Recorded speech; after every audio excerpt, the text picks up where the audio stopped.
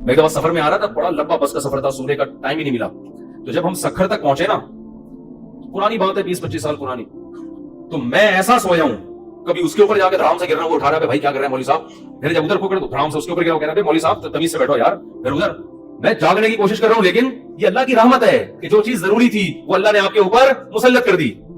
तो मैंने कहा नींद का भी कोई टेंशन लेने की जरूरत नहीं है, सोने की कहीं भी जगह ना हुई ना आपको।